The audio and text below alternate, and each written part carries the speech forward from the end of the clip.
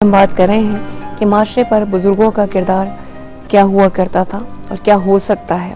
वो हमारे माशरे को खूबसूरत बनाने में, हमारे घरों को खूबसूरत बनाने में, उनकी खुशियाँ वापस लाने में कितने मावन और मददगार हो सकते हैं। ये बात करेंगे इंशाल्लाह ताला अपनी स्कॉलर से भी और माहिर नफ्सियात से भी। एक कॉलर को शामिल करते हैं। अस्सलाम वालेकुम। हेलो, अस्सलाम वालेकुम। वालेकुम अस्सलाम। अस्सलाम वालेकुम आपा, कैसी हैं आप? वालेकुम अस्सलाम। अल्लाह का शुक्र है, मैं ठीक ठाक हूँ। कौन मेरी बहन? नाम बताएंगी अपना? मेरा नाम कौसर इमरान है, मैं फैसलाबाद से बात कर रही हूँ। मेरी बेटी आज 12 दिन की हो गई है, हम लोगों को नाम नहीं समझ आ रही क्या रखें। भाई माशाल्लाह, इतना खूबसूरत आपका नाम है। कौसर, सूरह कौसर से और सूरह आले इमरान से। इमरान आपके हस्बैंड का नाम है? जी जी। कुरान करीम की एक सूरह का नाम है मरियम जी। खातून। मैंने भी अपनी बेटी का यही नाम रखा। चलें ठीक है, इंशाल्लाह। मरियम भी हो सकता है, तहरीम भी हो सकता है। बहुत जो कुरान करीम की आप देखें ना, ये माशाल्लाह जब माँ बाप के नाम दोनों सूरतों पर हैं। तो और कोई बात करना चाहेंगी मौजू के हवाले से? बिल्कुल करना चाहूंगी। माशाल्लाह मेरा ससुराल भी बहुत अच्छा है, मेरे मैके वाले भी बहुत अच्छे हैं, मेरी नानी दादी सब बहुत अच्छे हैं। बस मैंने अभी ये सुना ना कि लोग बुजुर्गों के साथ किस तरह करते हैं, अपने बच्चे देते नहीं है।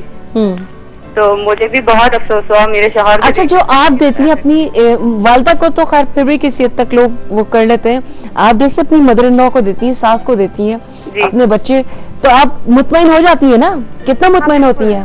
बिल्कुल मुतमईन हो जाती हूँ। मैं दे के भूल जाती हूँ कि मेरी बच्ची कहाँ है, मैं काम में लग जाती हूँ, क्योंकि बिल्कुल माँ जैसी है वो, कोई माँ ही जैसी होती है। और मेरी सास। चलो कौसर, अल्लाह ताला आपके घर को शादो आबाद रखे। बहुत शुक्रिया कॉल करने का, आपकी बच्ची को लंबी उम्र दे, जिंदगी दे। प्रोफेसर साहबा, बात जनाब हो रही है सास ससुर की भी, और एक बड़ा अलमिया यह है कि जो बुजुर्ग छिन जाने का एक सबब जो है वो अमूमन जो ख़वातीन हैं वो उनको ये भी पता चल गया कि दीन इस्लाम जो है पूरी बात नहीं सुनती, अलग रहाइश का मुतालबा करती हैं। अलग रहाइश क्या है? अब वो माँ बाप से दूरी है, फिर शौहर को जो है वो बार बार इस चीज़ को जो है वो प्रेशराइज किया जाता है, अलग रहेंगे, अलग हो गए। तो एक तो माँ बाप लड़के के दूर हो गए, दूसरे आपसे बुजुर्ग भी दूर हो गए, जिनके बारे में कुरान करीम भी बता रहा है कि वो आपके रिश्तेदार बना दिए गए। इन बुजुर्गों की दूरी, दादा दादी की दूरी, उस लड़के के माँ बाप की दूरी, उन बुजुर्गों की आपसे दूरी क्या रंग ला रही है माशरे में?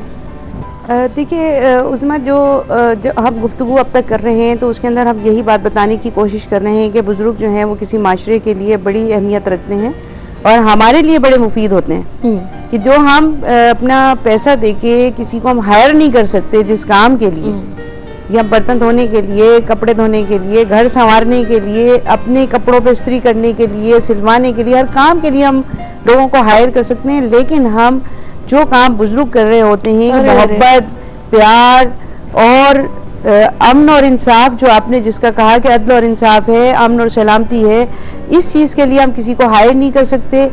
प्लस ये कि हम दुआएं करने के लिए किसी को हायर नहीं कर सकते। खत्म ही कर दिया आपने बात जी। कि जो दुआएं वो कर रहे होते हैं हाथ उठा के, उसके लिए आप किसी को यानी ये जिम्मेदारी दे ही नहीं सकते हैं। वो आप बताइए कि आप किस तरह उनको अपनी ज़िंदगी से माइनस करेंगे। हम जो दीन इस्लाम के पैरोकार हैं, हमें ये बात जहन में रखनी चाहिए कि हमारी इस दुनिया के अंदर हमारी दो दुनियाएं हैं। एक हमारी दुनिया जो बज़ाहिर हमें नजर आ रही है और एक वो दुनिया जो इसके पीछे रूहानी दुनिया है। चुनाचे हम उस दुनिया को भूल जाते हैं। हम बज़ाहिर जो चीज़ हमें नजर आ रही होती है, हम उसे देख रहे होते हैं, वो चकाचौंध से हम जो है बहुत ही ज़्यादा मुतासिर होते हैं और हम उसके पीछे दौड़ रहे होते हैं, जिसके मतलब नतीजे में हम ये देखते हैं कि हम बहुत सारी चीज़ें लूज कर जाते हैं और उसके बाद में फिर हम उसका रोना रोते हैं कि जी ऐसा हो गया और वैसा हो गया।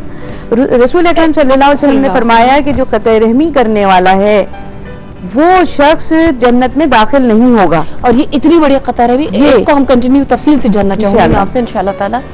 कॉलर है टंडुजान से जनाब आमना साहबा। अस्सलाम वालेकुम आमना। वालेकुम अस्सलाम। कैसी हैं आप? अल्हम्दुलिल्लाह मैं बिल्कुल ठीक ठाक हूँ। आमना प्रोग्राम देखिए चल रहा ना, बहुत अच्छा है। और मैं तो यही कहती हूँ कि जिस भी घर में बुजुर्ग होते हैं उनसे बहुत बरकत होती है और इतनी रौनक होती है कि मैं बता नहीं सकती। कि मेरे घर में ससुराल में ना जब शादी होकर आई, मेरी सास हुई थी, मेरे ससुर थे और अभी तकरीबन 7-8 साल हो गए, तो वो उनकी डेथ हो गई। और मुझे इतना घर भी रौनक लगता है। मैं सबसे यही कहती हूँ कि कभी भी आप जो ना ये मत सोचे कि सास या ससुर के जाके हमारे घर में रौनक नहीं। मैं तो कहती हूँ उनके साथ मिलकर रहना चाहिए, बहुत अच्छा लगता है।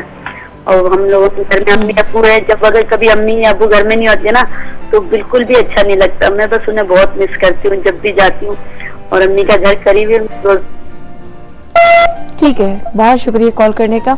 एक बात मैं फराज से पूछना चाहूँगी, फरा, कि जो हम पहले भी मेरे ख्याल से ऑफेयर भी बात कर रहे थे कि पहले बुजुर्गों के होने से जो बातें माशाल्लाह इतनी खूबसूरत बच्चों की तरबियत के हवाले से भी की, एक जो हम एक मियाँ बीवी के रिश्ते में जो आज जितनी टूट फूट देखते हैं, जो अब हम अलग ज़ाहिर घर हैं, एक पहले लगता था कि एक नफ्सियाती प्रेशर होता था कि आहिस्ता बोलो अम्मी सुन लेंगी, ठीक है, मतलब उनके सामने बहुत ज्यादा झगड़े फसाद उस तरह हो भी नहीं पाता था जी, ठीक है, और अगर हो जाते थे तो एक बेहतरीन सालिस का किरदार अदा किया जाता था, दोनों को समझाया जाता था।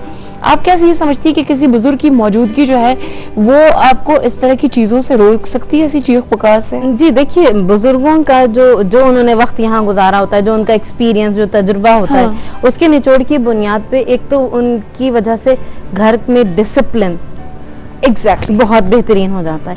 और जहाँ तक ये बात का ताल्लुक है ना, जैसे आपने भी कहा कि आहिस्ता आवाज में बात करें और अपने झगड़ों को अपने ही तक महदूद रखें, तो उसमें ये दरअसल रहता है कि सोशल प्रेशर, एथिक्स हमारी अच्छी रहती हैं। और अब देखिए हमारी एथिक्स यानी हमारी अखलाकियात क्यों खराब होती जा रही हैं? क्योंकि हमारे पर कोई अपर हैंड नहीं है, बड़ों का, बुजुर्गों का। हमने खुद साख्ता एक है ना जलावतनी, हमने खुद साख्ता अपने पेरेंट्स को दूर कर दिया है।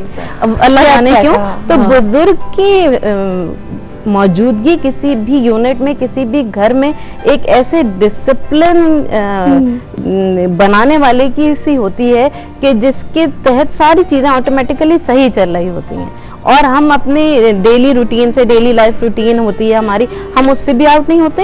और दूसरी बात ये कि हमें इक़दार का बड़ा ख्याल होता है, क्योंकि वो इक़दार हमें विरसे में मिली होती है। अब जब हमारे सामने कोई बड़ा नहीं होता तो ना ख़वातीन को और ना मर्द हजरात को कोई ख्याल या मतलब कोई ऐसी पाबंदी तो उनके पर होती ही नहीं है। तो नतीजा क्या होता है कि बच्चे जो कि कल आने वाले कल में, आप बिल्कुल आप सही कह रही हैं। इक़दार का जो आपने लफ्ज़ यूज़ किया, अब मैं आपको बताऊं कि मिसाल, वैसे मुझे बहुत ज़्यादा अच्छा नहीं लगता कि मैं इस तरह दूं, लेकिन जो मेरी मदर इन लॉ है माशाल्लाह खासी पढ़ी लिखी खातून है, और मेरे बच्चे को बहुत छोटी उम्र में वो सुनाया करती थी रुस्तम और सौरभ की भी कहानी उन्होंने सुनाई, गाजी अलमदीन शहीद। आप ये सोचिए कि, और फिर कहती थी कि अच्छा मैं तुमसे कल ये सुनूंगी, ये सुनूंगी, और मतलब खुद टीचर थी। मैं बहुत सारी चीज़ें समझती हूँ कि हमारे जैसी माँ जो अर्ली एज में, तो अमूमन हमें खुद भी बच्चे समझ में नहीं आ रहे होते, 3-4 साल की उम्र में उनका तजुर्बा कहाँ जा चुका होता है ना, हमारे पास इतनी कहानियां सुनाने का वक्त होता है जो सबक आमूज हो उस बच्चे की तामीर में, उस किरदार में जो है। और जो बच्चे ने बचपन में अपने वो मॉरल से भरपूर कहानियां सुनी हुई होती हैं, उससे ताउम्र वो चीज हमें, आप लोग याद कीजिए, हमें हमारे नाना नानी या दादा या दादी ने जो बात हमें समझाई थी, वो आज तक हमने अपने पल्लू में क्यों याद है, वो हमारे ज़हन में नक्श हो गई है। और आजकल उसी चीज की बहुत कमी है।